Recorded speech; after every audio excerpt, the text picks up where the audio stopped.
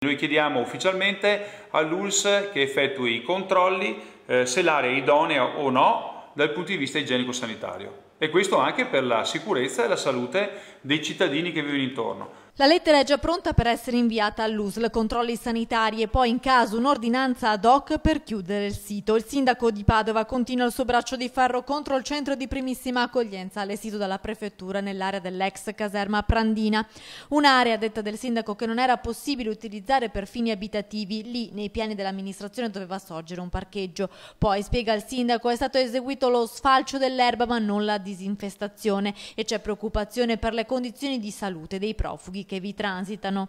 Quelli che sono arrivati pochi giorni fa, ben 8, sono stati accompagnati per delle visite sanitarie urgenti. C'è stato detto che uno è stato anche ricoverato, quindi esiste un problema sanitario. Il sindaco poi lamenta una mancanza di comunicazione con la prefettura, che non gli ha voluto rivelare la destinazione dei profughi passati per l'ex caserma Prandina. Nel momento in cui io ho chiesto di avere una lista, una descrizione dei luoghi che vengono occupati da queste persone, la risposta è stata ovviamente negativa.